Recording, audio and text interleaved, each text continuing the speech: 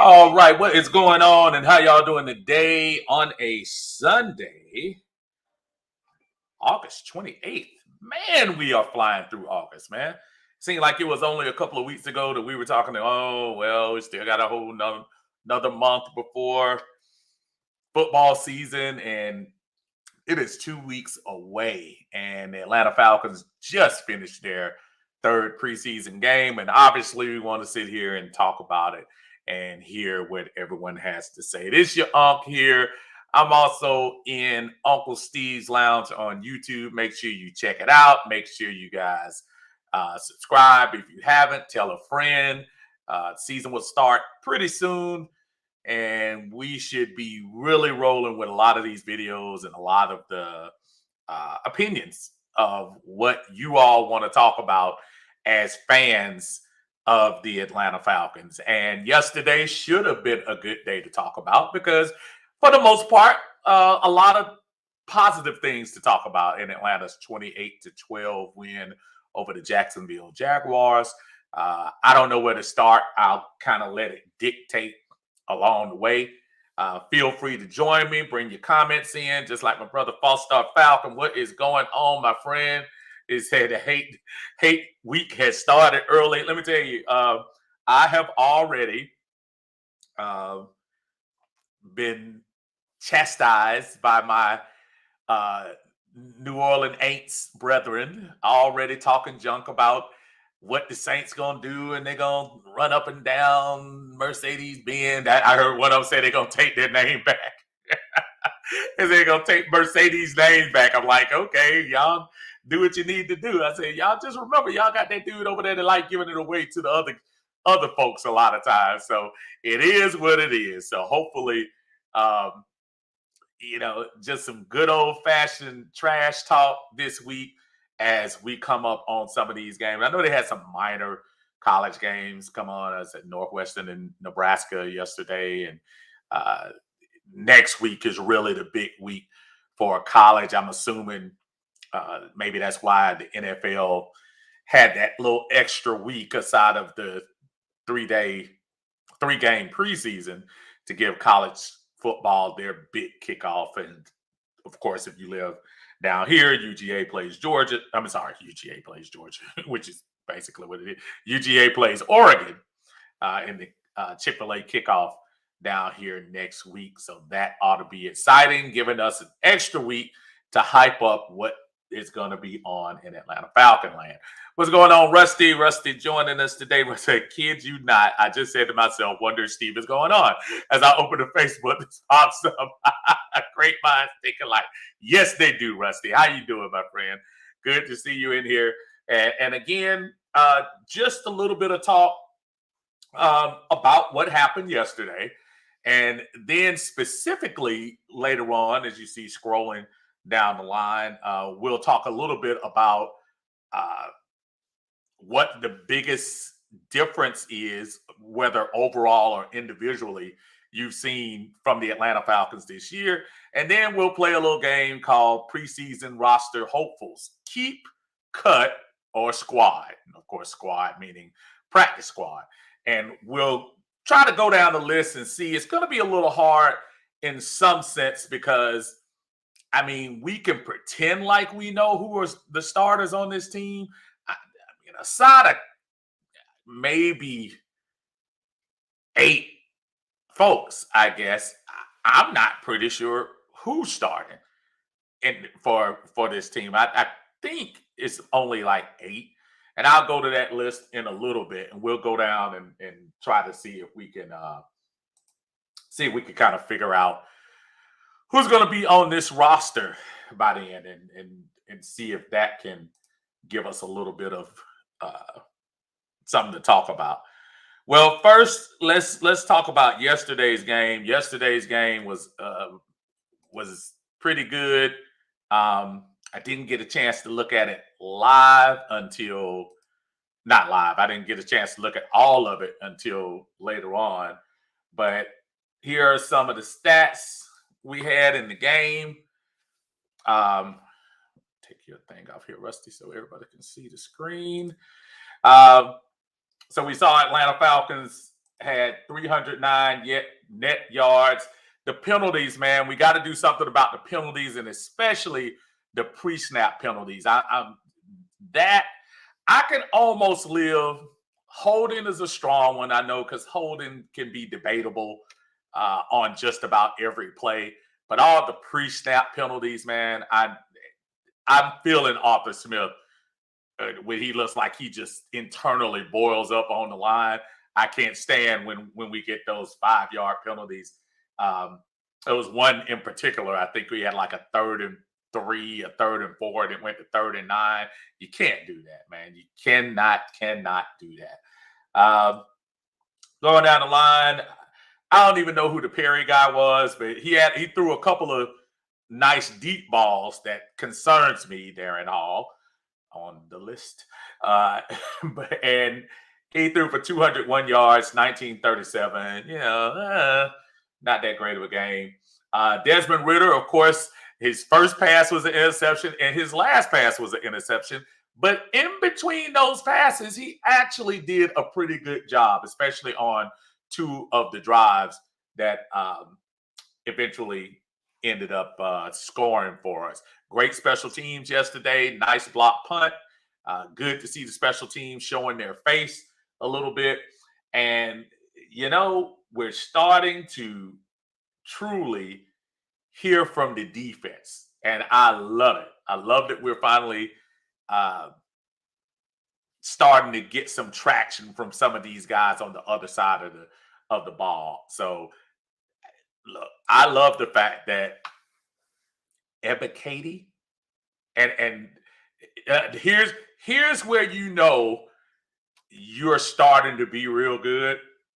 When I have to learn how to pronounce your name, it took me 2 years to even care about Aluakwan until I knew he was going to be a really good player. So Ebiketie, I'm going to have to learn that name because he was basically in everybody's face all yesterday. Malone did a good job yesterday. These guys the defense looks a little different. That's about all I can say. Of course, when the real bullets start flying in 2 weeks, we'll be making a better assessment. Around this time in 2 weeks, we'll be in the middle of that first game against the New Orleans Saints and see if this was smoke and mirrors or whatever. So, Brother Killian is in the house. What it do today, Unc and Falcons faithful? Hopefully you are having a great day, sir. Everything is going well here. Pretty foggy, but thinking that's supposed to burn off if it hasn't burned off yet. I know it was pretty warm out there a little bit earlier. But yes, sir. Hopefully the Falcons can carry some of this little bit of winning attitude. Again, for those who say preseason doesn't mean anything, I get it. And overall, in the scheme of things, it won't get you paid anymore. It's not going to get you any bonus points towards the regular season. But the culture of winning, to me, is important. And I think in a franchise that over the last 4 years, the culture has not been very good as far as winning is concerned. I love the fact that we're trying to win these games. I love the fact that we're throwing out a good effort to try to be victorious. even if it's preseason. So good for Arthur Smith and the crew. D Sloan, what is going on? Unc say, I can't wait to see the final 53-man roster to see who are going to be our impact players on the offense and defensive side of the ball. Well, D, you came to the right place because that's what we're going to talk about today. We're going to talk about who needs to be on this team and who for you has been that one player. And I know y'all can name as many as you want. I don't care. But who has been that player that has, before preseason, you didn't know who he was, might have known a little bit who he was, but all of a sudden now you're saying, oh man, he might be pretty good. I'll give you mine in a few minutes. What's going on, RJ? Good to see you in the house, in the Atlanta Bird Gang as usual. Glad to have you here with us, brother. Rusty says, an amazing what a change at quarterback can do to change the culture of an organization, huh? It was only preseason, and I believe we were more excited for that this year than we have for the regular season in the past 4 years. That should tell you all you need to know. And Rusty, you pretty much echo the thoughts I've had. And even going into this season where, again, no disrespect to the past, but we knew coming into the year what number 2 was going to bring. We knew probably the peak of what he would bring. We knew what was coming with that package. With this new influx of Mariota and Ritter, I'm not here to try to tell you they're better than our predecessor. However, it's different, a different culture, a different way of doing things, a different way of going about your business. And I think that's going to translate to the fans. And when we get out there on September 11th, win, lose, I think it's going to be a different vibe in there with this offense. I think it's going to be a different vibe in there with the way the defense was playing this preseason. So I could be I could be making a big mistake now and eight games in and say, whoo, that was horrible. But from what they flashed at me this year, I think, and not to say that Dan Quinn didn't take it seriously, I think Arthur Smith took this very seriously. Does anybody else get that vibe that Dan Quinn and the fellas were just going through the motions and come on, attaboy, attaboy? It feels like Arthur Smith wants to be a teacher. It feels like Dean Pease wants to be a teacher. And when I see them go at these guys, and whether you yelling at somebody or not doesn't make them a man and doesn't make them any tougher or anything like that. But I see Arthur not afraid to get in the ear of your quarterback. Because let's face it, we can pretend if we want to. That guy who was starting the preseason game last year, that could be our future quarterback. He's not afraid to get in his ear and tell him, no, your stuff does stink. Sometimes you do need to reel back. Have those conversations. And when you're ticked off, he's ticked off and he's letting him know why. And those are the things I just haven't seen here in the past few years. Granted, the excitement and stuff of 2016, we got it. But as time went on, that stuff wore thin. The rah-rah, the go-getter, the all the cliches and stuff like that, it wore thin because you're not winning. So at least I see some type of teaching going on. To me, that excites me. I don't know about y'all. It does. Clayton, what's going on? So what's up, Steve? What do you think of preseason? Smith is the first coach with a preseason win in the state. Wow, I didn't even realize that. Good, very good little nugget right there, Clayton. I had no idea. Scooter's in the house. What's going on, Scooter? Scooter says Abdullah Anderson. And I'm going to tell you what, and we're getting ready to go. We're getting ready to look at the depth chart in a couple of seconds. That is somebody that I had no idea who it was, Scooter. And I'm trying to tell you, he seems like he's played his way onto the team. or has he? We got to look at that. We're going to look at the depth chart, and I promise you we are. Killian says, yeah, no more statues out there. Curiosity made me look a little bit at the Tampa and Indianapolis game just to see what our predecessor was doing before that. And not to say he didn't produce, because he did lead them on a touchdown drive and stuff like that. But again, I'm just telling you, it's a different culture. It's a different thing going on here now. So it's going to be an interesting year up there in Indy. It really is. I hope Jonathan Taylor is ready to tote that rock. Clayton says, Tabor, Algier, Ritter, all of them need to stay and learn. I got a feeling they will evolve quite nicely. Don't worry about Algier and Ritter. They're not going anywhere. They weren't going anywhere anyway. Those kind of players I'm probably not as concerned about, because I don't think they were going anywhere from Jump Street. I'm talking about more like Scooter was talking about Abdullah Anderson, and we'll get down to them in a second. Anthony, what's going on? Anthony said Arthur Smith needs to be holding the team more accountable than DQ. And, maybe what we were seeing with DQ after that, especially after the 2017 season, you were seeing that maybe when Kyle Shanahan left, the last teacher in the house, the last true teacher in the house had left. And we had a lot of go-get-em guys and stuff like that, but not a lot of teachers. This is why the situation up there, and I know everyone's seen Hard Knocks and HBO and stuff like that. That's why that situation, to me, has a buyer beware to it.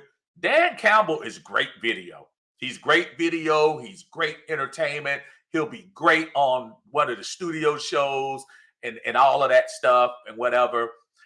And that type of rawness is okay sometimes, but I think in the down times, it wears down. Mike Smith, who to me is the best overall head coach we've had. I know Dan Reeves, I understand his history, but I'm talking Dan Reeves here. He took us to the Super Bowl, but bookmark those other years aside of that Super Bowl. He turns out to be kind of Dan Quinnish. Mike Smith, to his credit, had 5 out of 7 winning seasons and 5 consecutive winning years. He's always my favorite. Mike Smith wasn't a player's coach, and you saw that. So when they made the switch away from Mike Smith, I think they were trying to get somebody in here who had that good time vibe, who wanted to throw the hip hop music into the practices, that wanted to kind of do the pump it up and all of that stuff. And at that time, it was cool. But when all the dust is settled and everything is kind of cleaned out and you're getting down to the bare essentials of what you need to do as a coach, I'm not sure if DQ was ever that guy.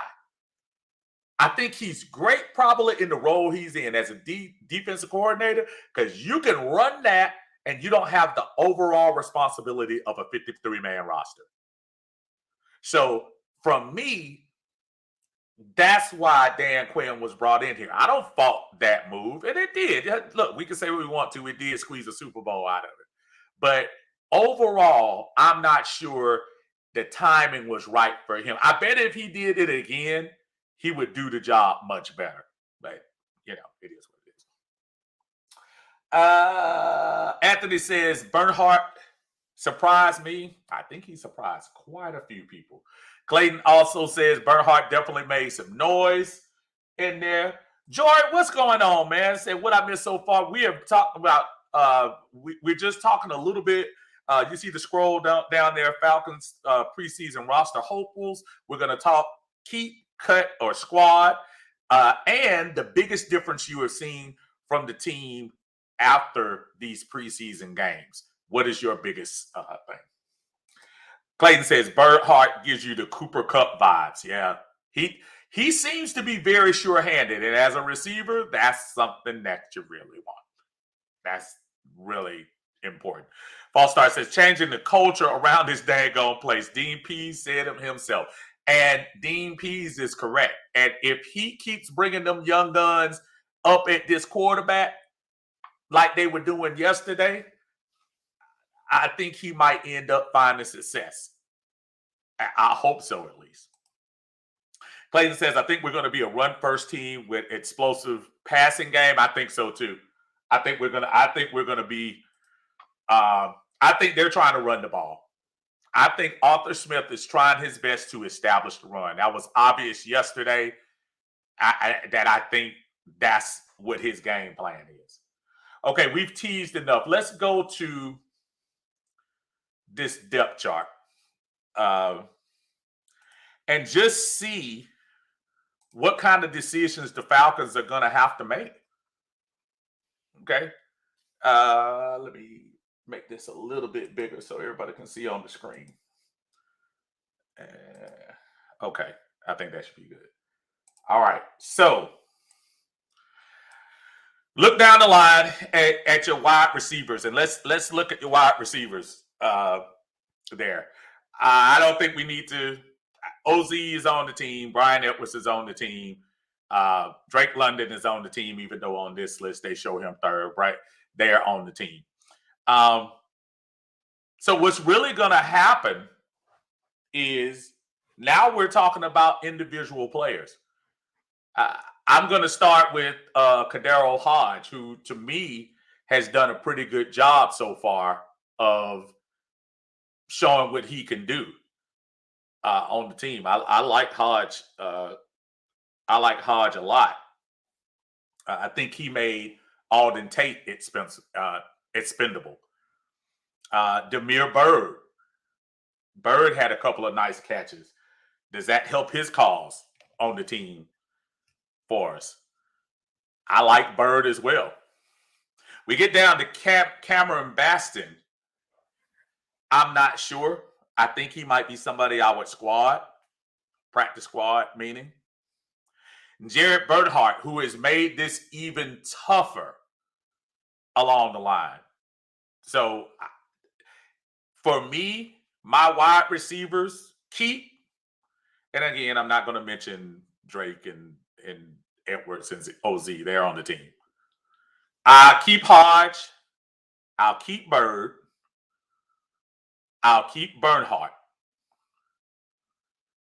And I'll be honest with you.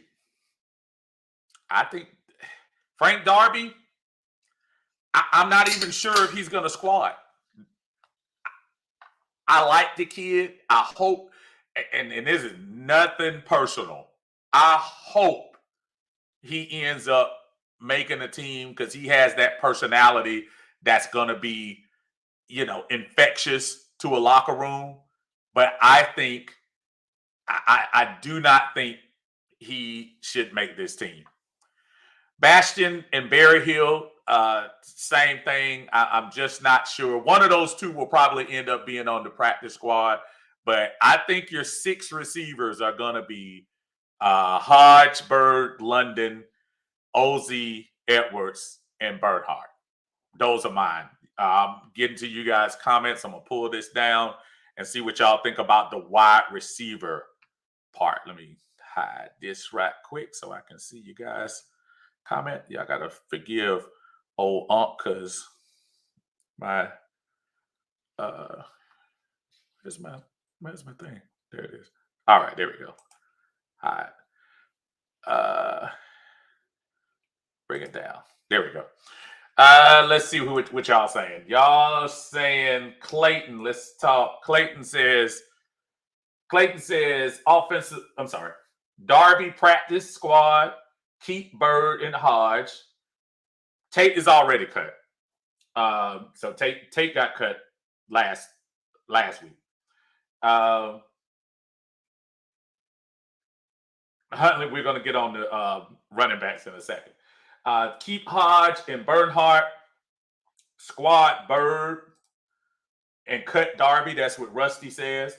Anthony, what's going on? Said, what do you think of Troy Anderson? He made a couple of plays on the QB yesterday. I'm going to get to linebackers in a second. Scooter says, what about the Keyshawn Johnson guy? Yeah, I thought about him too. I think that's a squad guy though.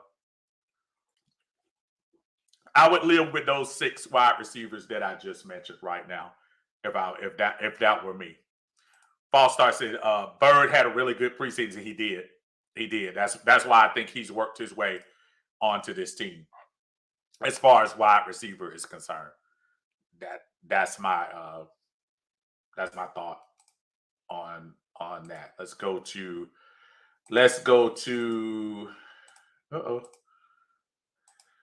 There. Let's go back to the list and let's talk about tight ends. I think you're gonna probably carry 4 if you do, and I think if you talk about 4 of them to carry, I mean don't even need to mention Pitts or Fursker. I think it's just a matter of how you're gonna do. Is it gonna be Felipe Franks, Hesse, Pruitt, or Fitzpatrick? Felipe, I think, has kind of, you can almost tell when Coach Smith talks about Felipe in the press conferences. I think he's a personal favorite of his. And I think he's a favorite because Felipe ended up being flexible and tried to squeeze into that tight end position. And I think because of that, I think he's become a favorite with Arthur Smith. So I think he's on the team. I heard a lot of people talk about Hesse, and they were worried about that drop pass and stuff. Hesse's not going to be on this team to catch balls.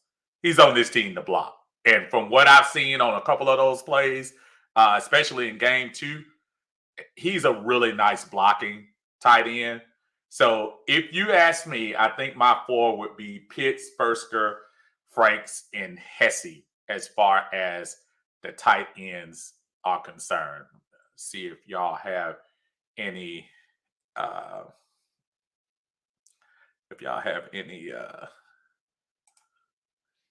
thoughts about that.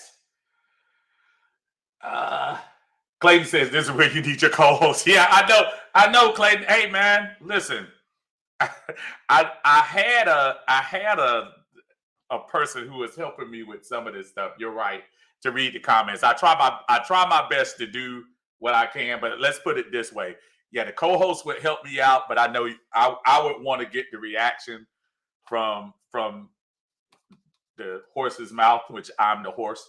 So I would go with myself on that. Jonah says wide receiver London, Ozzie, Bird, Hodge, Bernhardt, and Edwards, which I think that was the same one. I think I said all those 6 too. I think that sounds like that's going to be a good choice. Farstar says Fisker will be more alive in this offense than Hayden Hurst.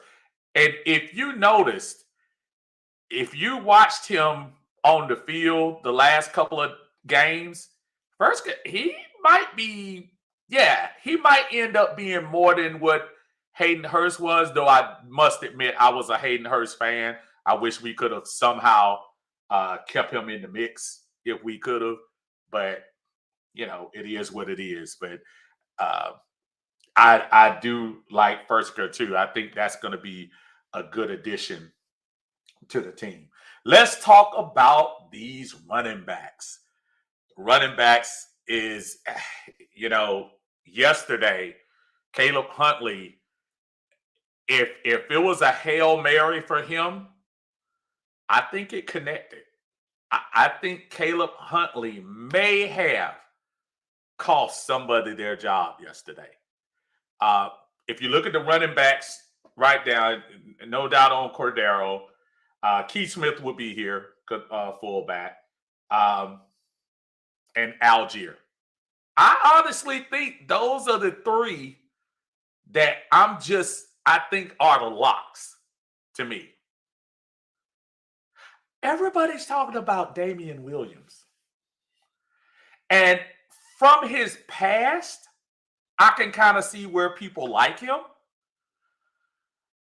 But I'm looking at how these guys are running. You see how Quadre's been running. Caleb showed up yesterday. I'm almost wondering,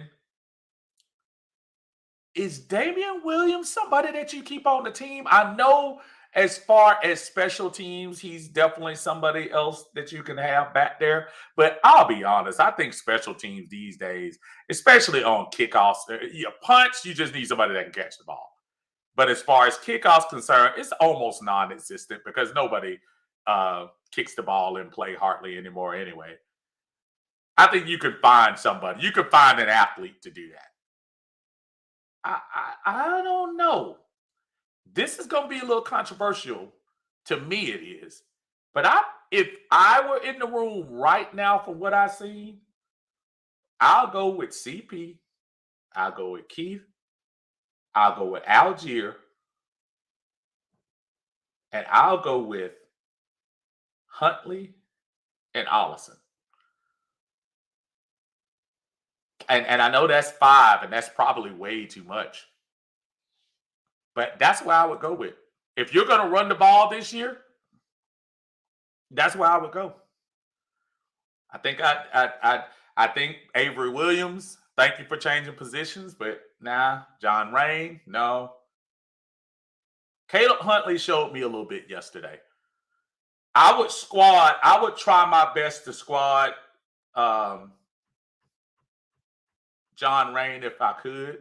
Damian Williams is not going to go on a practice squad. But that's where I would go. I'm not totally convinced that Damian Williams is that guy. I see them have on the depth chart as 2, but I don't know. It might be me. Yeah. So I'm gonna go by and see what y'all saying on that one. Anthony says Huntley showed out yesterday, and again, Huntley knew this was preseason game number 3, and Huntley is probably tired of making the practice squad. Ricardo says, "Where is Bernhardt?" Bernhardt, we just talked about him as far as wide receivers.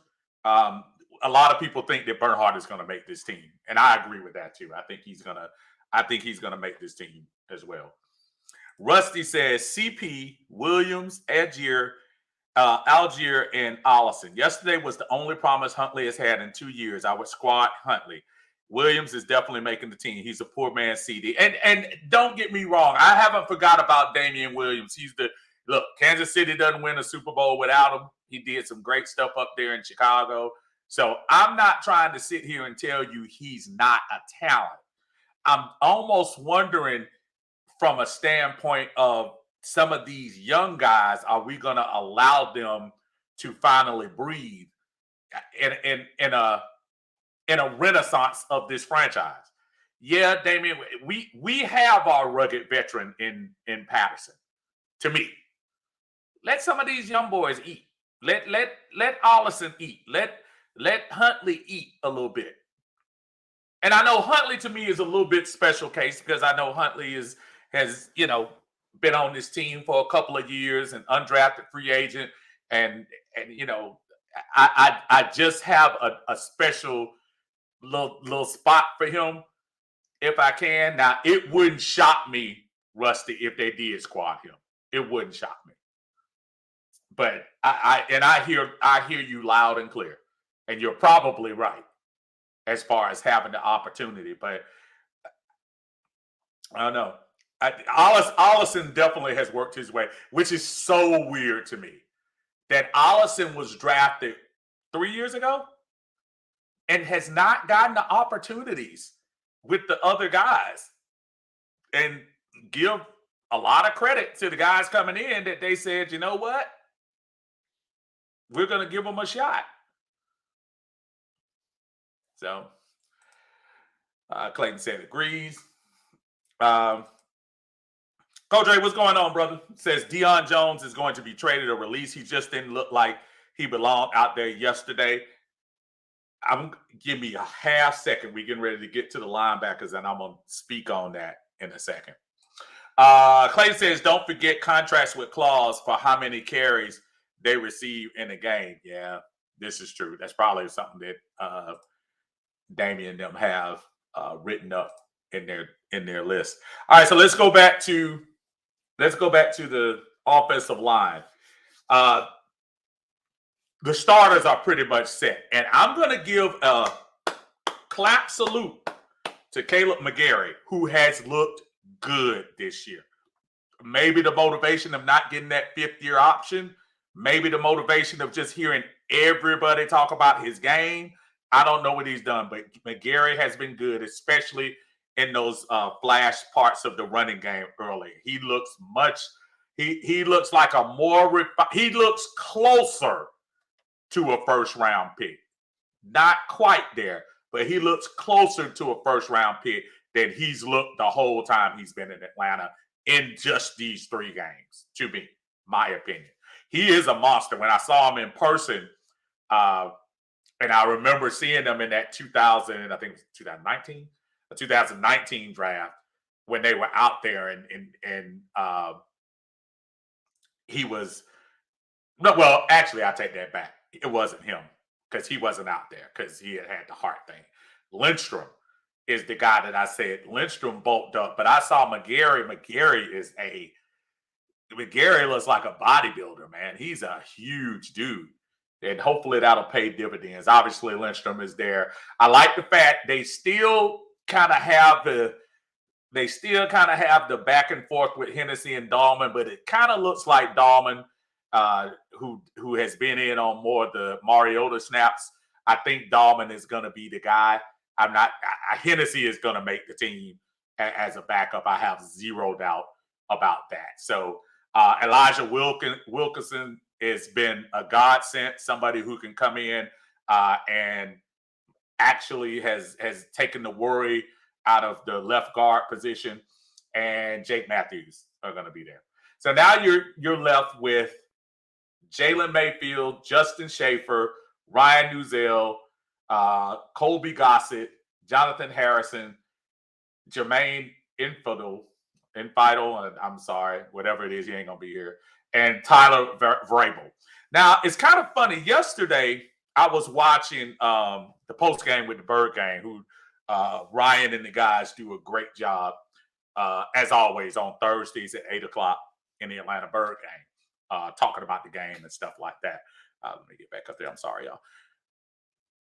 Vrabel had some good push in the run game on a couple of plays. Vrabel also was a little bit of a revolving door for the passing game. There were a couple of times where I saw some of them second-string Jacksonville guys kind of get past him really easy.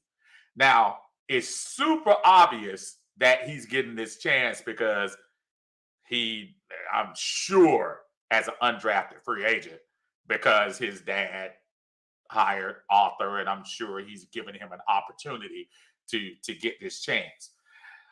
I'm not as enamored with Vrabel as others may be. So out of the 6 guys that I named, which are the 6 showing on the first team, and including both centers, I think we keep Schaefer and Mayfield. Both of them will probably make the team. And yes, I know people don't want to hear that about Mayfield, but I think both of them make the team. And I know I saw a little bit of Harrison yesterday, and I don't know. Right now, I'm going to put a question mark behind him. Vrabel will be a practice squad guy.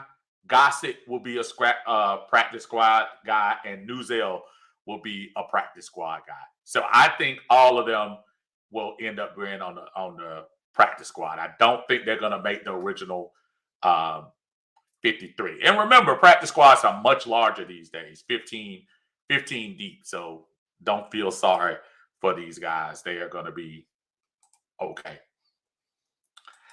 Anthony said, hey, Steve, is Caleb McGarry being on the right side of Will up against the Aints in Cam. You talking about Cam Jordan? Probably so. But you know what?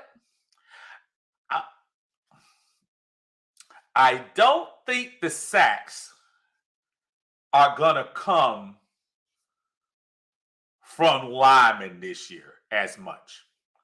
Don't get me wrong. I think you're going to have a couple of ends making some moves and stuff. I think with these quarterbacks that they have last night with Ritter and then last week with Mariota, I think you're going to have to blitz a lot to get the Falcons off their spot. It's obvious that Arthur Smith's going to have a lot of rollouts because I saw more rollouts than I've seen ever. Even Mike Vick didn't do that when he was here. And these guys can throw pretty accurately on the run. But I noticed yesterday with Ritter, they were blitzing a lot of people off the corner, which I think is one of the things they're going to go after if he happens to be in the game. Mariota, hopefully with some of his experience, will be able to duck and dodge some of that stuff. I don't know. That's what I'm a little bit afraid of as far as him. But yeah, Caleb might end up being up against Cam. You're right. Scooter says Rabel was moving people on the run block. His pass block was a little suspect. It wasn't even a little suspect. I think it was suspect, period, as a whole, Scooter. But you saw what I saw. He did a really good job in the run game. But doesn't that sound super familiar from what we talk about with the knock on McGarry? That's the knock we've had on McGarry. When they're running, McGarry is nice in the run game. He just wasn't great pass blocker. Now, at first, he was neither. But last year, he was actually pretty good in the run. But, yeah, Vrabel, yeah, you got to do both, especially as an undrafted free agent. I'm going to need you to be talented in both of them. Ryan, what's going on? What's happening, Uncle Steve? My boy Derek D'Angelo balled out, and Grady finally got some help. AK-47s and Parsons 8 at Penn State because of this cat. Yep, we haven't got to the defense yet, dude. Slow your roll. You move a little fast on the bird game. We take it nice and slow here, young man. So we're gonna get you to your defense in just a second. We almost there. But yeah, so that's what we're gonna look at as far as offensive line is concerned. Those are the people that I think are going to make the team on there. Quarterback, I don't even think is worth talking about. Just as a whole, completely love what I see out of Desmond Ritter, and it's obvious that this guy has a high ceiling, and I think he's going to get a lot better. You just saw some flashes, and from the flashes that I've seen, I think he's going to be really nice. And it's also obvious that Marcus Mariota may be the guy to start this thing off. Now, what you do realize is you have somebody in Ritter that's going to be able to come in case of injury or just in the middle of the season if we're struggling, maybe to change the pace up a little bit. I just like what I've seen out of both the guys this year. And let's not overthink the Felipe Franks as the emergency quarterback thing. I don't think that's a big deal. Let's put it this way. If it gets to the point where you have to put Felipe Franks in the game for real, you're in trouble anyway. So for those who are just, losing their mind and saying, oh, he couldn't throw one pass. That wheel route, he threw it right on the money to Allison, and Allison couldn't hang on to it. Matter of fact, you couldn't throw that ball. It was right over the defender's hands and right into his hands. Matter of fact, I think it kind of shocked him that it was right there so quick. But that was a beautiful pass he threw yesterday, and Allison couldn't hang on to it. But yeah, that's where I am with that. Dondre says, what's going on? Dondre speaking to us on Uncle Steve's Lounge. I appreciate you as always, my friend. All right, so now let's get to the defense. And let's go ahead and start with probably the most controversial position right now, just because of Deion Jones. Now, Deion Jones did have an appearance in the game yesterday. Deion Jones also played special teams.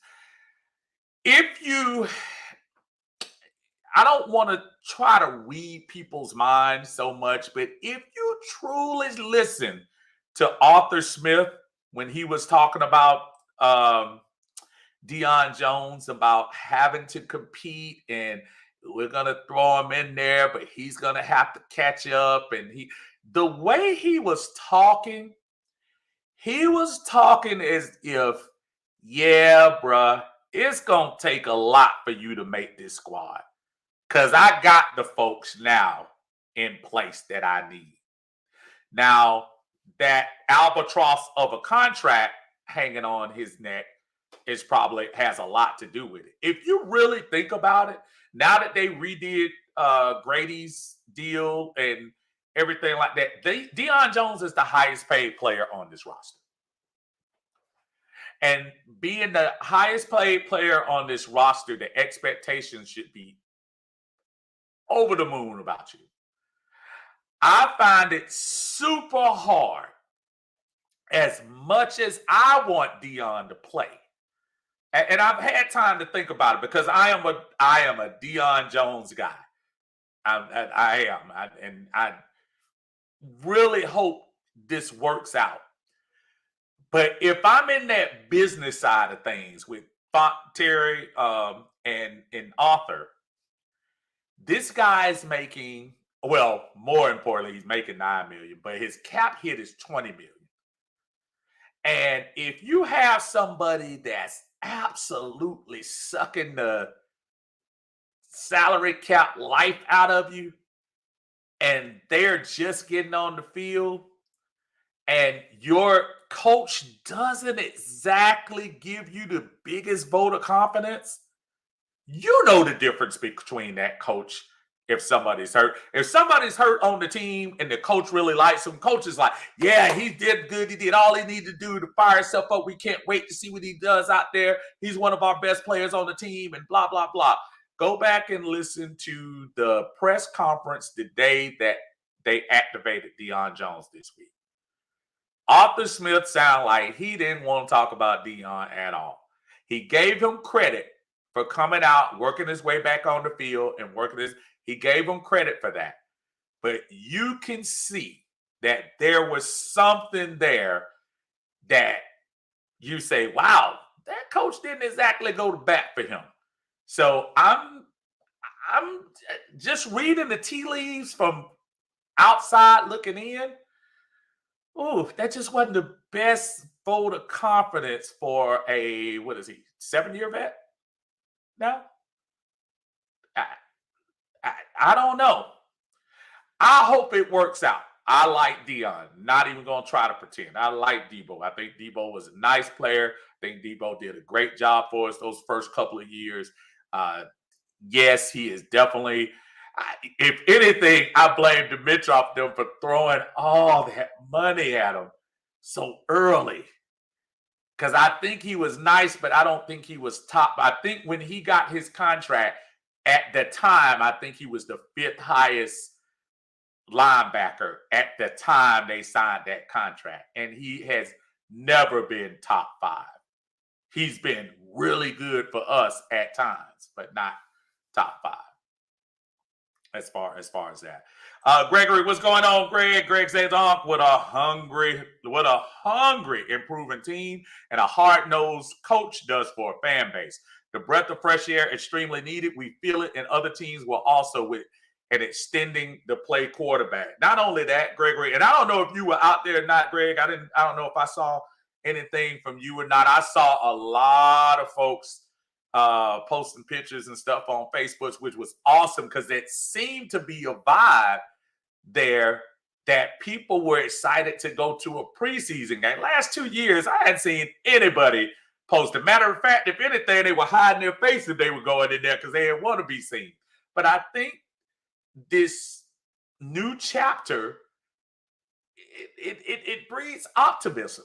I think it's something for fans that we haven't had in a while. That's why I'm excited. yeah, this might blow up in our face and end up being a not so great year. But I at least like the fact that this organization is trying to reinvent themselves, or from some people's perspective, maybe trying to mature and grow up. A lot of people thought the last regime was immature, so maybe that's what we're trying to do. But yeah, I feel you 100%, Greg.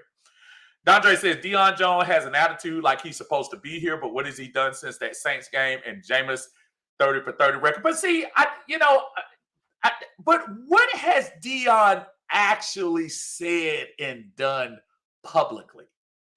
For real. Unfortunately, you know what I think it might be? And I could be reading the tea leaves wrong on this again. Maybe they came to Deion and said, hey, Deion, can we get a little cut on that contract? Can we do a little restructure with you, bruh?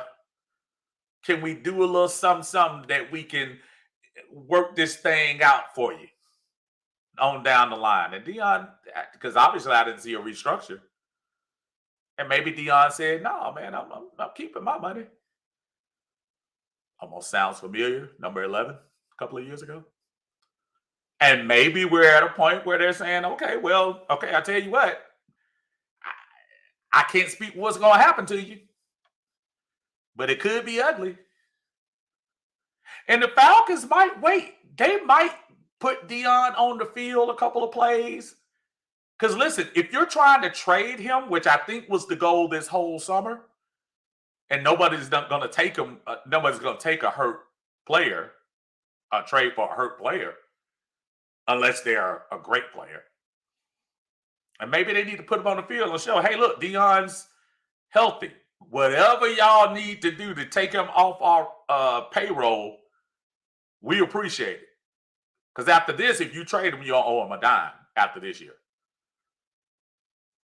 So I'm sure that's probably very much in their heads too. My brother Amani, what's going on? What's up? Preseason over now. Time for some live fireworks. Absolutely, it's time, my brother. Time for Alabama to go out. Who y'all play this week? Sisters of the Poor? Who y'all got? Who Nick Saban and since y'all rebuilding is done? Who y'all got this year? St. Peter's. I will stop. Oh man. Dre says, I know this is all Falcon topic. Does Aaron Donald get punished the same way as Myles Garrett?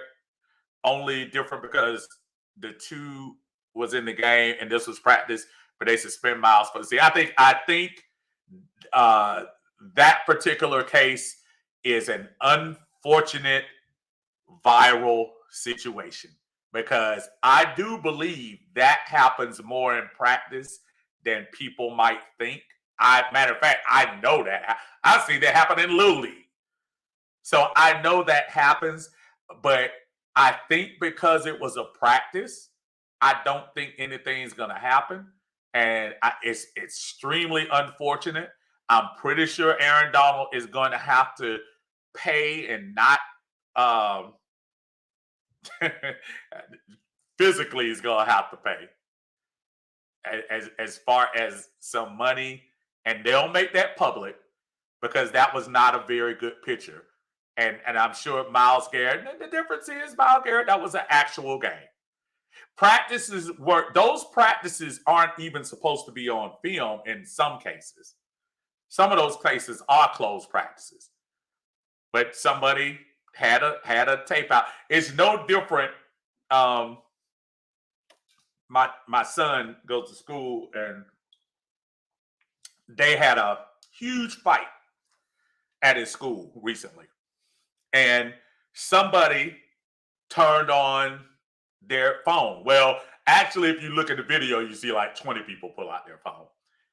And one of the videos went viral, not local viral, national viral here. And the sad thing is, not diminishing fights. You shouldn't be fighting at school, but what turned out to be people were fighting kind of thing, bad, punish him, turned out to be this huge thing because somebody had their video phone on. Got to be careful. Got to learn, got to keep your cool. I know they're told to take it up to a certain level and then bring it down. Aaron Donald's he's got to know better. And Aaron Donald was closer to being the face of the franchise than anybody else who was on that field. So for him to behave in that certain way, that the NFL is probably looking to say, yeah, probably by NFL Player Association, they probably can't find him. But something's going to happen, and it'll be made public because they don't want to look bad. They don't want to look bad in that situation. I don't think that. Okay, let's go to this list for defense real quick.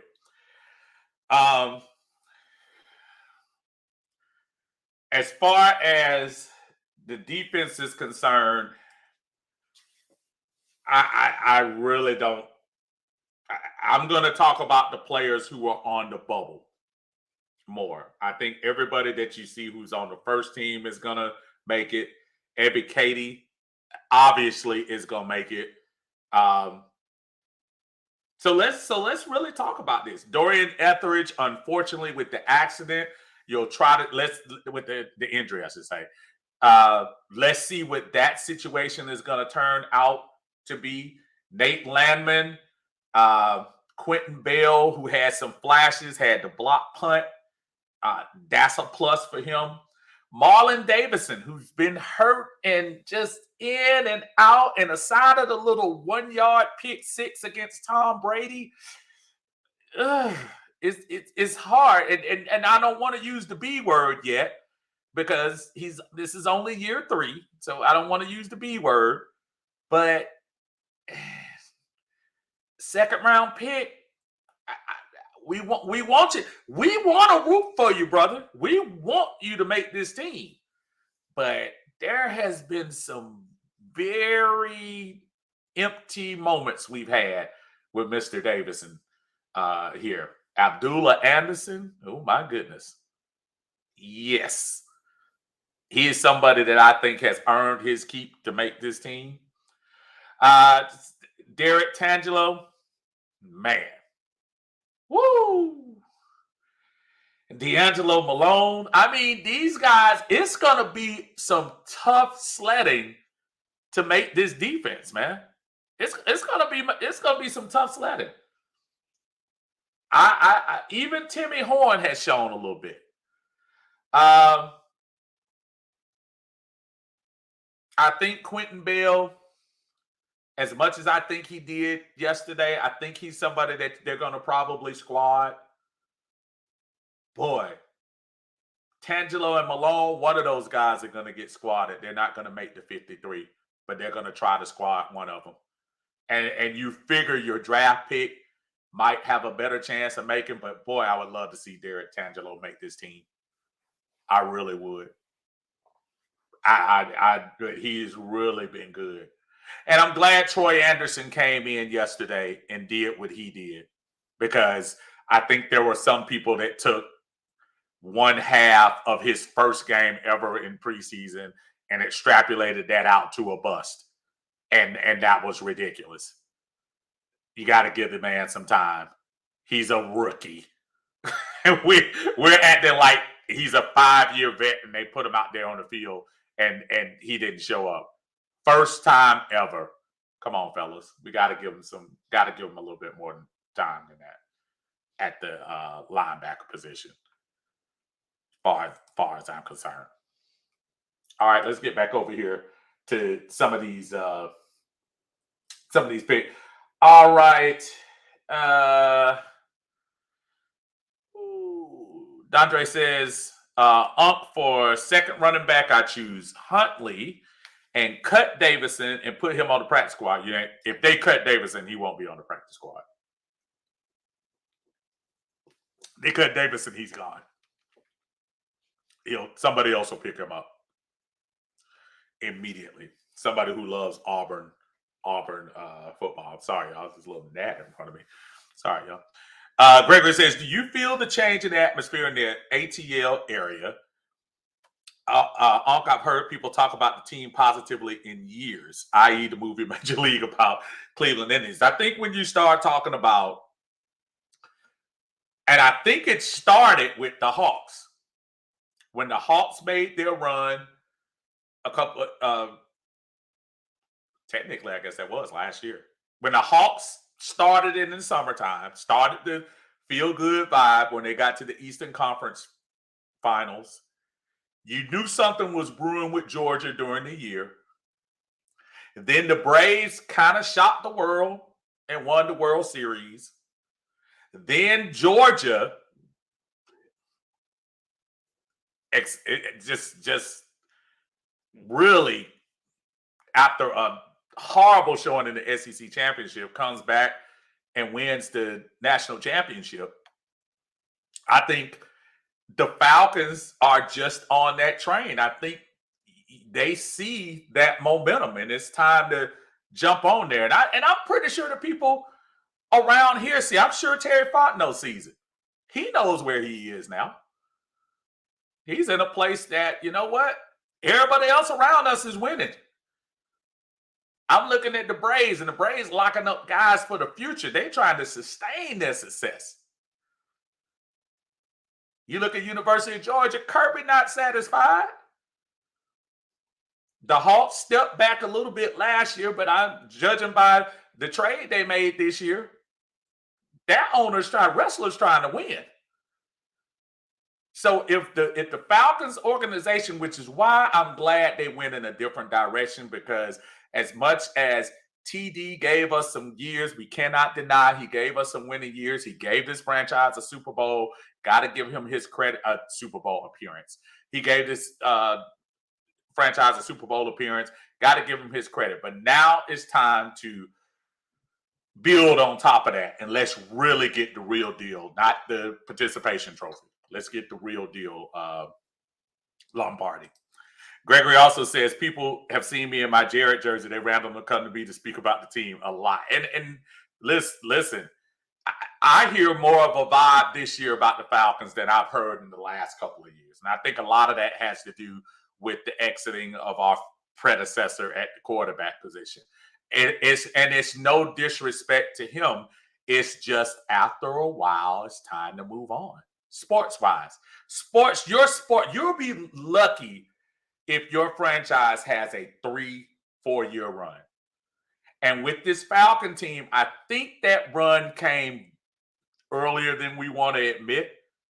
That run between 2008 and 2017, when we made the playoffs 6 times, had 7 winning records, and made the Super Bowl appearance. That was our run. That was the 10-year run we had. And that's pretty good. But we were fooling ourselves in 18, 19, 20, and now 21. We're fooling ourselves. Tear it down, build it back up. That's how you have to do it. Dre said, I know it's bad to say, but I wish the Falcons would have lost yesterday so the Braves can have caught and passed the Mets. We got plenty. Still too much baseball left. They got 30 games left, man. I'm not even worried about that. I still think the Braves are gonna hawk them in. Kivia, what's going on, brother? Says Alfred has to make it. D. Alfred has done everything in his power to make it. Matter of fact, let me get to this and then I'll come back to that. Coach Ray said, hopefully Troy Anderson changes number. He has Big Beasley's own number. You know, I noticed that yesterday. I never knew what number he had. Show you how much I paid attention to him in practice. Yeah, I saw that 44 coming across. Listen to me. Let me tell you something. For everybody that was last week talking about, oh my God, it's a project. He's horrible and all that crap. And did you see the speed that dude was playing with yesterday? Sometimes you have to adjust. That dude was playing small town football last year. And he looked like he'd been on the field a lot. Like he would have been able to wrap up that quarterback. That would have been beautiful yesterday, but it still ended up being a turnover. But you got to be able to harness some of that talent that he has, and let's not bash the dude one preseason game in. Come on, man. Come on, y'all. Clayton said it started with the Braves. It was the Braves beating the Dodgers. Well, I disagree as far as the feel good. The feel good was the Hawks getting to the Eastern Conference Finals. This city and this area was electrified when the Hawks made it to that finals. They beat New York. They beat the number 1 seed in Philadelphia. The vibe was that summer, in my opinion. The Braves beating the Dodgers was them finally getting over their nemesis. I agree. That was huge. Not diminishing that. But the good time vibe started last summer. Because if you think about prior to that, whether you were University of Georgia, Braves, or whatever, it was that, and though the Braves didn't finish the job, I think they started okay, when we win in this thing can really be good. And that to me was, pretty cool. Coach Ray said Atlanta United has a chip too. Yes, they do. There's no denying it. But I'm sorry. I'm football, basketball, baseball, and as much as I'm not a big fan, it's still hockey. I think it's still those 4 sports. Nobody's talking about MLS soccer. It's not. I guarantee you it's folks talking about folks going around an oval 300 times a day before they're talking about MLS soccer. And let college football start. If that's by itself, that'll come back. That'll be over that. Atlanta United should be proud. That was a great feel good locally. It's nice to have a winner in the area, but yeah, that chip stuff, MLS hasn't arrived like that yet. And maybe it will. 20 years from now, we'll be talking about, United won way time. We might, but it's still not on that level. But it's not a disrespect shot. It's MLS is not at that level yet. But congratulations to our home team. Greg says now it's really probably hard to say. We were actually in rebuilding mode. We were rebuilding, and the exclamation point to the word rebuild was moving on from Matt Ryan, which is why, Gregory, I think we should have started this last year. Yeah, I know you meant to say safe. I got you. We should have said that. We should have done that last year. But I absolutely agree with you. Absolutely agree. Abani Uncas does prisoner of the moments, folks, who's panic if a rookie has a bad game, and they also make too much of it if a player has a good game. I can only get concerned if it's consistent bad or good play to help me decide who a player really is, rather it's good or bad. And you have ding ding, you are a winner. How do you judge somebody solely on one half of one game as a rookie? And I know everyone wants to be quick with the hot take in the, we all do it. Want to be the first, something happens, oh, that was trash. Before it happens, oh, that's the best catch I've ever seen. We all want to do it. Secretly. I'm not going to lie to you. We do. But as far as youthful development, come on, man. Give these guys some shot, especially football. Football is definitely something sometimes it takes a year or two to get to your peak. I'm just here to tell you from what I saw yesterday, I saw Troy Anderson is going to be, if trained right and put in the right position. Why do you think they're not? Why do you think they're not exactly giving Deion Jones the seal of approval? They know what they've seen.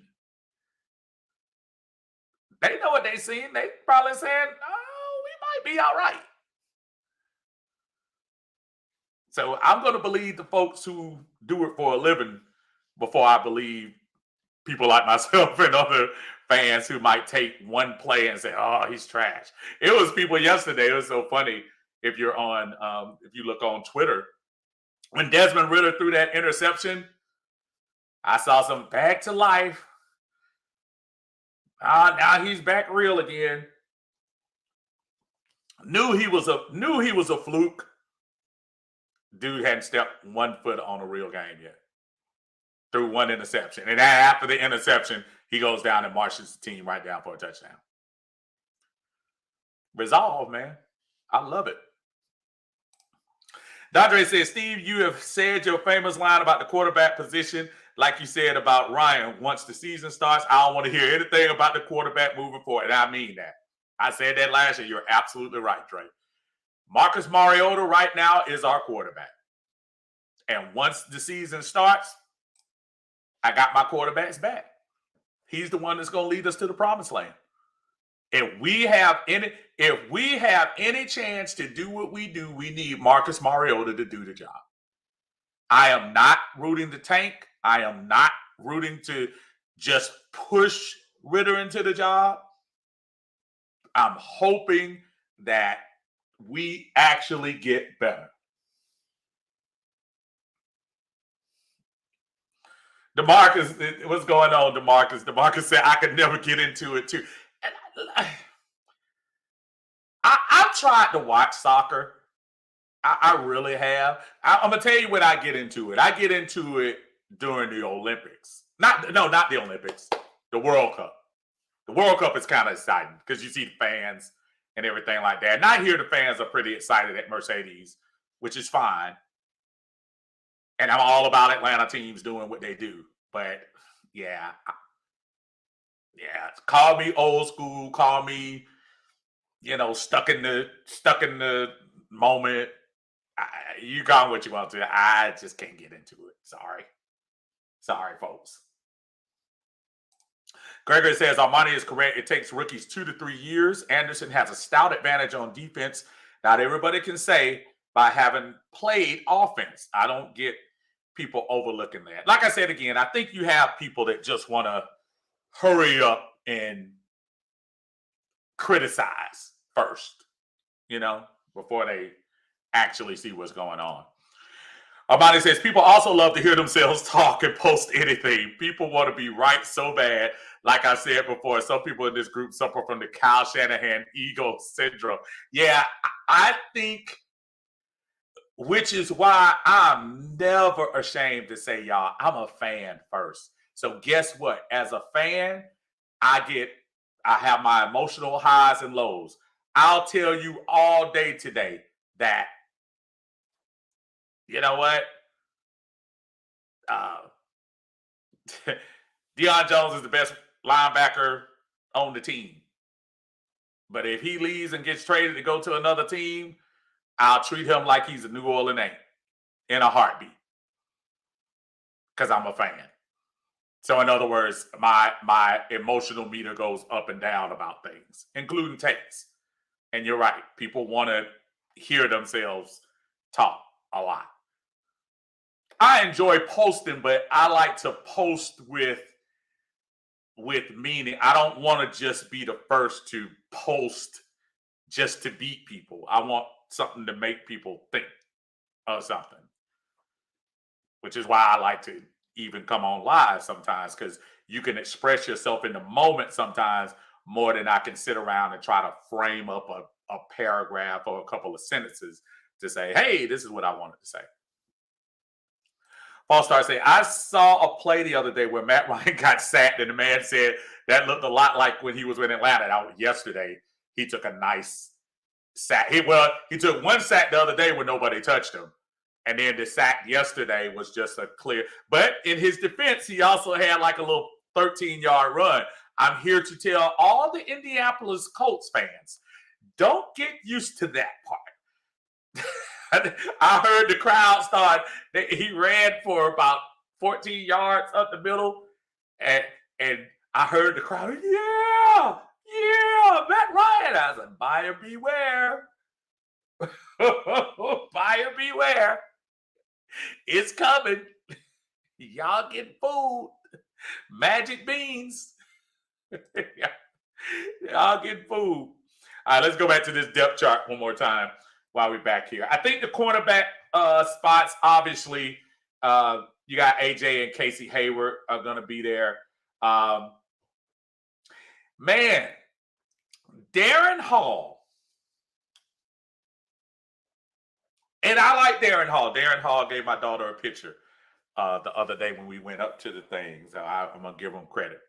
I laugh and I say Darren Hall's name even more now because for those of you who play Madden, remember they had the little video where they tell the players what their ranking was on Madden 20, I guess it might be 23 this year. And Darren Hall got a 65. And, you know, keeping it real, I remember him playing a little bit last year. I don't remember him as significant, but he got dusted on that long play where the second string quarterback threw yesterday. The dude just straight up twisted him around. And I'm not saying that doesn't happen to cornerbacks. That happened to the best of them. But I was just laughing to say, whoo, that was kind of rough. And then I saw another play on the, I'm trying to think, was that the same drive or was that the next drive, where he got toasted again.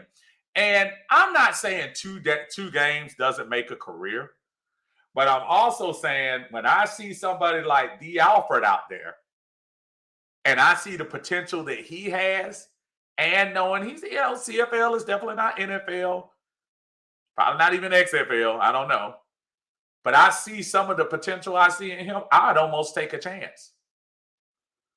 And it's not personal. I think Darren Hall is good, and he had a good interaction with the fans the other day at the little practice they had Monday. But yeah, Darren Hall is definitely somebody that's on the list.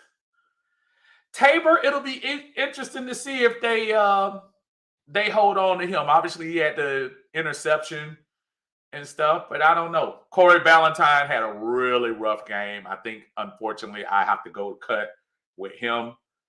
Mike Ford had some moments. So to me, I think it's going to be really between on the cornerback side, whether you're going to go Hall, Ford, or Alford or Ballantyne, those four. And I think two of those guys make it. And if I had to make a decision today, I would say Oliver and Alford.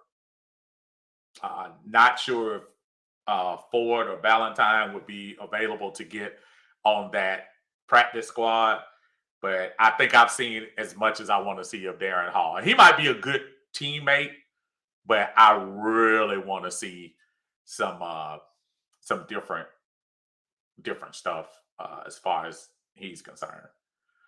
And as far as safety, I think that's pretty much, you know, set with Hawkins and Grant that you're going to see. Much to my chagrin, Eric Harris is just going to be here. So I don't think it's much we can do about that. But maybe Tabor can take that spot of Marlowe. But those three guys, Grant, Hawkins, and Harris, are pretty much set. Special teams, we don't even need to go through there. I think special teams is set. Avery Williams, that might be his only saving grace to be on this team because obviously the running back room is full. So I don't think you're going to be able to. I don't think you're going to have any more room in the running backs. But yeah, that's where I am. Coldre says, you can really tell our coaching staff are total opposites from the last staff. No more player-friendly coaches. These coaches are really calling these players out. And it's almost like, you know, when you played Little League and you had the coaches that coached you hard, and then well, on the team, you got a coach you hard, you got a kind of lean on me coach, and then you got to have the in between. I think with the Falcons, Arthur Smith to me just comes across. I don't know about y'all. He comes across to me as somebody that's like, yeah, I kind of really don't care what you have to say. I'm the coach. I listened to him go through those press conferences. He's kind of a nice, nasty guy. If you listen to him during those press conferences, he's not trying to be your friend. I think he got a little special thing with D-Led where they kind of got a little inside thing going on. But some of the other guys, I remember the guy called him out last week. The guy, and I knew who it was, one of the reporters, and he said, "Hey, what you think these guys have some of the same edge as last year?" And Coach Smith asked him, "Say, what are you talking about? What's edge?" He said, "Yeah, I mean, do these guys have the same edge?" He said, and Arthur Smith said, "Who had edge?" He said, "Matt Ryan." And I swear, go look at the video, and I'm trying to remember which. It was right before the first preseason game. And Arthur Smith said, "Matt Ryan had edge?" They said, "You weren't in this locker room last year." And it was very definitive. Please go back and try to find that. It was right before, and if I get a chance to look at it, it was so funny because he was almost insinuating to say, "Yeah, I'm not so sure y'all knew what was going on in this locker room." Because Matt Ryan wasn't that guy last year. And that's what I read. But Coach Smith ain't playing that mess. But he did show a little softer side. He had his son at the press conference yesterday, so it was kind of cool. Coach Ray also says we need John Harris on the coaching staff. Also, I'm gonna tell you something. If John Harris is on the coaching staff, we be 0-18. Yes, I said 18. We don't even play 18 games, and we would be 0-18 if John Harris coached. Because John Harris will probably have them in the wishbone, and probably he'd probably have them in leather heads, more than likely. Now y'all don't want that. Y'all don't want that John Harris coaching. I'm pretty sure. Y'all wait a minute. If y'all want the first round pick next year, put John Harris on the coaching staff. I'll change it to that. How about that? Rusty says Darren Hall was a reach coming out of college. He might not be as bad as Jalen Mayfield, but they fall in that same category. Should they be on the roster? Probably not. But are you going to cut guys you drafted 1 year ago while simultaneously trying to get out of cap hell? Probably not. So he'll be the CP 4 or 5 by default. And I hear exactly what you're saying. That kind of makes sense because, yeah, you did draft the guy. I think if you remember, though, Rusty, last year's roster, which is so funny to me that everybody is coming down on the roster this year. I honestly think last year's roster was straight garbage compared to this year. We brought in a lot of folks. We expected every draft pick to play. We basically expected every draft pick to perform to a high standard. And I think they weren't ready. Speaking about Mayfield, speaking about Darren Hall. So it's amazing to me now that people think that we are such trash now as opposed to last year. That baffles me. I don't get that one, Rusty. That's the crazy thing. But I do understand your point about maybe, yeah, he might fall into the Jalen Mayfield case that, hey, we might as well hold on to him. I can kind of get that if you get that.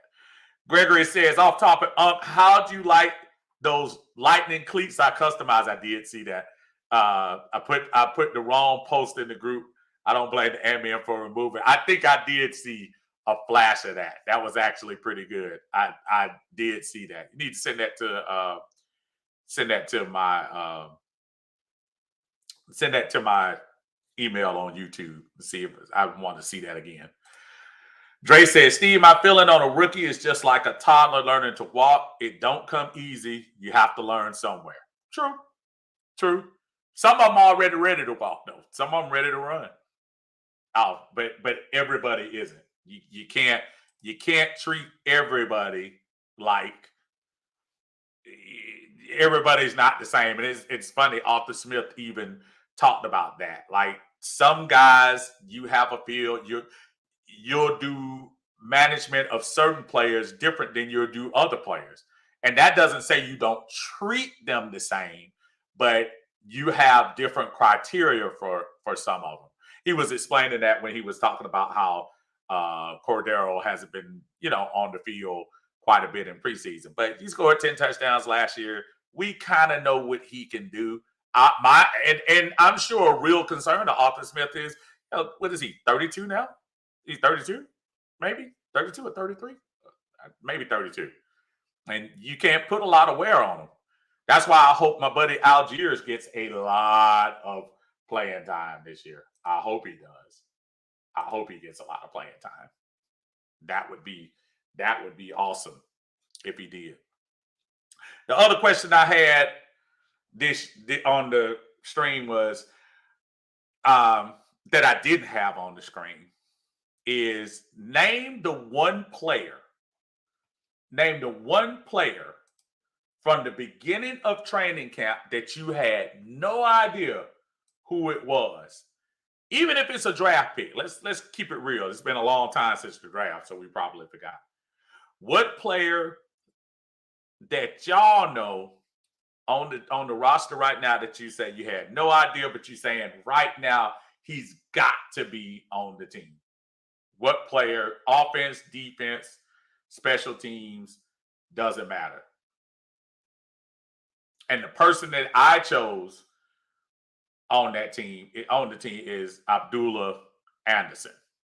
And I will play ignorant. I have no idea who the cat was. But all I know is every time they snap the ball, he seemed to be one step inside the offensive line. So I want to really see,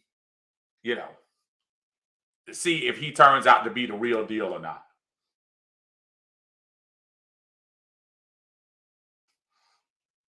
There we go. John Harris. John, after 1700 Tuesday, this team belongs to me. I'm hanging foots in all my eyes for all 18 games.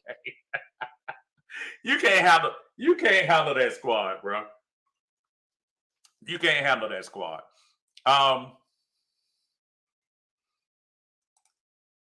Jay Pearson says Keyshawn Johnson, very impressive to me. And it'll be interesting to see if he makes the squad as well. That he has shown up. I'm wondering if he's gonna make it or is it too crowded already? But he has been impressive. Tangelo, dude, and he might be, unfortunately, a squad guy, because I think right now the way a couple of the other young guys have been playing, I'm not sure if he's going to be able to get in the rotation. But I love what Tangelo's been doing. I really do. And I'm not sure how to spell his name. Probably talking about Ebiketie more than likely. But John said, I agree. Abdullah came from out of the weeds. I mean, out of nowhere, Jay. Out of nowhere. Okay, no, you're talking about somebody else. Ebiketie has been impressive as well. I think Ebiketie, yeah, I don't want to put comparisons on him. He's gonna be, and the guys talked about it yesterday, so I'm gonna use their phrase. He's gonna be a problem if you don't watch out. He's gonna be a problem because his first step is a little a little quick. And Lord, I'm so tempted to compare him to somebody, but y'all gonna beat me up if I do. So I'm not gonna say it. John says, and watch out for Holden because Abdullah ain't gonna get a call. Yeah, they gotta absolutely manhandle that dude. I saw some dude look like they had his hand around his waist. It wasn't even blocking. Had his hand around his waist, man. You know, Greg, I actually see it, Greg. I actually see it. I that's why I lost the thing. I saw, brother. That's awesome. That is awesome. Yeah, but this is, when we start talking about these cuts, and I know that I think the cuts are going to be on Tuesday, and I'm pretty sure I'll be on here. And Jay, I'm more than likely I might lean on you if you're available. Me and you might jump on if you're available on Tuesday. Maybe we'll go through that. Soon as we find out what time those cuts are. But yeah, I think overall, man, I think for the preseason, I like how they did this year. A lot of people who played preseason are going to be in game one, something we didn't see last year with last year's team where they held out and stuff. So, and New Orleans, I'm going to be honest with you. I saw Jameis. Jameis was sharp, and I completely forgot they have Jarvis Landry on the team too. So, I mean, with him on the team as well, and Olive on the team, who also caught a pass or two, Kamara was running with aggression yesterday. So, yeah, we're not going to be. Yeah, New Orleans is ready. New Orleans was ready. So let's hope that we can, live up to the expectation. Let's hope that we can. I think we can shock. And if I'm not mistaken, I got to see what the point spread is. I know this summer it was around 4 for the game, but I'm gonna check back and see what that is. RJ says, one thing I see no one talking about is how much our tackling improved. Peas have these boys rolling. And RJ, it's so funny you say that. The open field tackles that we've made have been impressive. Those tackles where if you don't get them, they're going to end up getting about 10, 12 yards. You're absolutely right. The tackling has much improved from what we've seen. Again, ready for real bullets next week. But, man, it looks like a far cry. And let's see if a lot of us here are going to owe Dean Pease, I don't want to say an apology, but we're going to probably have to give him some love because he told us last year. He told us, I can't install all this stuff because these guys didn't pick it up quick enough. I only had them for one camp. Next year, you'll see. So let's see. I am not naive. I know we played the 3 worst teams in the NFL last year during preseason. When you're talking about Detroit, Jets, Jacksonville, I am well aware of that. But they are professionals too, and I still think we held our own. Aside of that second half, which I honestly don't think, if you look at the Atlanta, I in the big scheme of things, the only people that got hurt in the second half of the Jets game are people who are trying to make the squad. But other than that, I think that's the worst time that we had during the whole preseason, that second half against the Jets. Gregory says that 53 going to be a tough final say so. I see good guys going to practice squad. And you do. You're going to have some good guys. I still think it's a good chance that as great as Huntley did, Huntley could still be on the practice squad. Because you don't have that much room. With that, Damian Williams kind of messes it up for everybody, if you want to say that. In a good way. Because you want better talent on your team. But Damian Williams is going to cost Allison or Huntley the job. I'm super sure one of those two guys are going to get cut and attempted to put on the practice squad. One of those two. Don't know which one, but one of those two. John says, did New Orleans have the same OC as they had? That's a very good question. I actually don't know. I'm assuming it's somebody different because Sean Payton called the plays last year. Unless he had an OC that was in nature, almost kind of like Dave Ragone is doing here. Dave Ragone is the offensive coach, but Arthur Smith calls the plays. So I don't know. Mercy, what's going on, man? Long time no here. Said the Falcons are winning the first game. I hope so, bro. I hope so. You're not gonna get any fight out of me. I hope we do win the first game. Hope win big.